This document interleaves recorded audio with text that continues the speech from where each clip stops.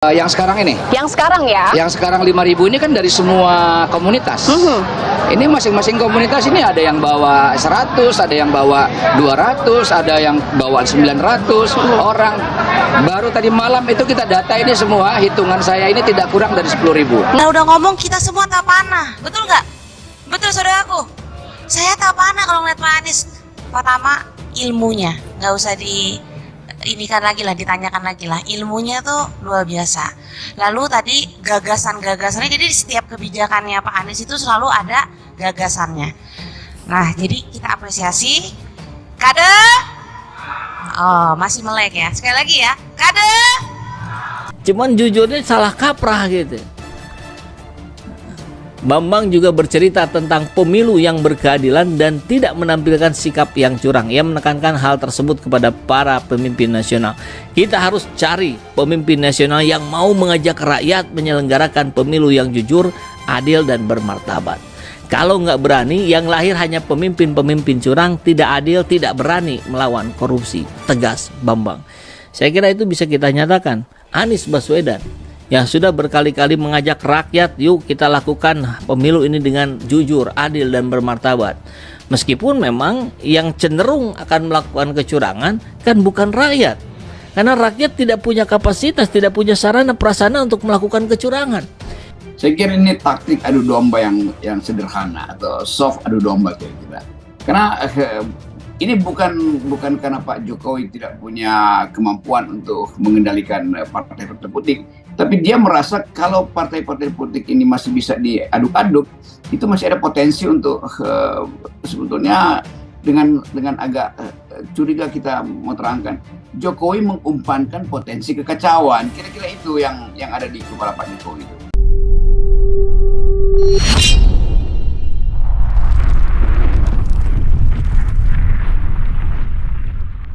Cuman jujurnya salah kaprah gitu.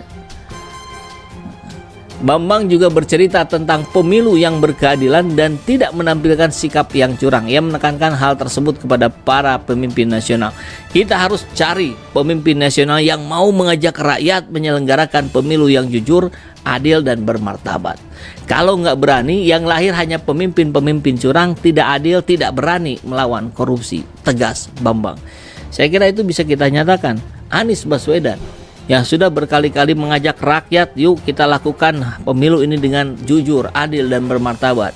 Meskipun memang yang cenderung akan melakukan kecurangan kan bukan rakyat. Karena rakyat tidak punya kapasitas, tidak punya sarana prasarana untuk melakukan kecurangan. Anies klaim 13.109 penonton hadiri konser akbar musik klasik di Monas. Sebanyak 13.109 penonton diklaim membadati konser akbar musik klasik Jakarta Sinfonia Orkestra dan Jakarta Oratorio Sueti di kawasan Monumen Nasional Monas, Jakarta, Minggu 8 Juni 2022. Ini penonton konser yang barangkali tercatat hadir paling banyak dalam sejarah konser musik klasik di Indonesia, kata Gubernur DKI Jakarta, Anies Baswedan. Dengan antusiasme penonton tersebut, Anies menegaskan akan mendukung pelaksanaan konser serupa di waktu akan datang. Kita berharap ini bukan hanya sekali, tetapi berkali-kali di lapangan ini, kata Anies. Anies menyatakan salah satu bahasa yang paling universal adalah musik. Musik bisa didengarkan oleh siapa saja karena keindahan adalah bahasa utama. Hulu dari musik yang kita dengar saat ini adalah musik klasik dengan ciri khas komposisi nada yang rumit tapi indah, katanya. Musik klasik katanya perlu mengisi dinamika kota Jakarta, sekaligus menjaga Jakarta sebagai panggung utama kesenian dan kebudayaan berkelas internasional. Konser Akbar Monas 2019 merupakan konser musik klasik dengan lokasi di luar ruangan pertama kali. Di kawasan Monas, ini menjadi sesuatu yang sangat unik. Sebanyak 60 pemain musik dan 100 penyanyi dari Jakarta Sinfonia Orkestra atau JSO dan Jakarta Oratorio Sueti atau JOC mengadakan penggelaran musik klasik. Akbar di lapangan Monas, Jakarta Pusat bertajuk konser Jakarta Bersorak. Alat musik yang digunakan antara lain biola, flute, cello, dan trumpets. Mereka membawakan lagu-lagu nasional serta mahakarya dari musisi ternama seperti Beethoven, Mozart, Strauss, Chopin, Rossini, dan lain-lain. Beberapa menteri ikut menikmati konser itu, di antaranya Menteri Kelautan dan Perikanan Susi Pujiastuti serta beberapa duta besar negara sahabat.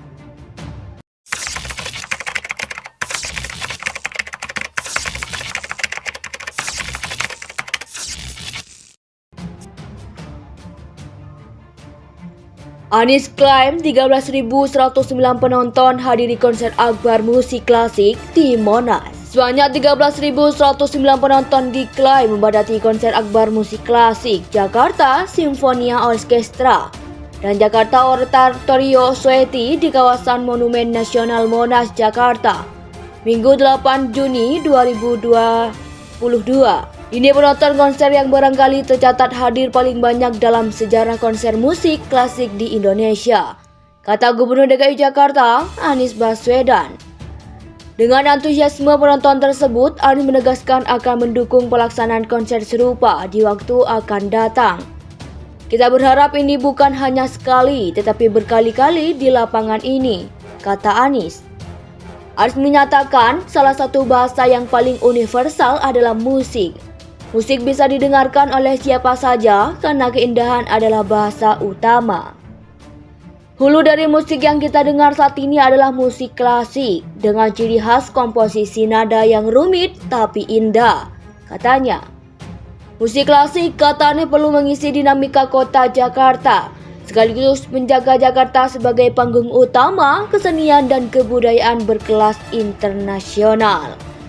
Konser Akbar Monas 2019 merupakan konser musik klasik dengan lokasi di luar ruangan pertama kali. Di kawasan Monas, ini menjadi sesuatu yang sangat unik. Sebanyak 60 pemain musik dan 100 penyanyi dari Jakarta Sinfonia Orkestra atau JSO dan Jakarta Oratorio Sueti atau JOC mengadakan penggelaran musik klasik Akbar di lapangan Monas, Jakarta Pusat bertajuk konser Jakarta Bersorak. Alat musik yang digunakan antara lain biola, flute, cello, dan trumpets. Mereka membawakan lagu-lagu nasional serta mahakarya dari musisi ternama seperti Beethoven, Mozart, Strauss, Chopin, Rossini, dan lain-lain. Beberapa menteri ikut menikmati konser itu, di antaranya Menteri Kelautan dan Perikanan Susi Pujiastuti serta beberapa duta besar negara sahabat.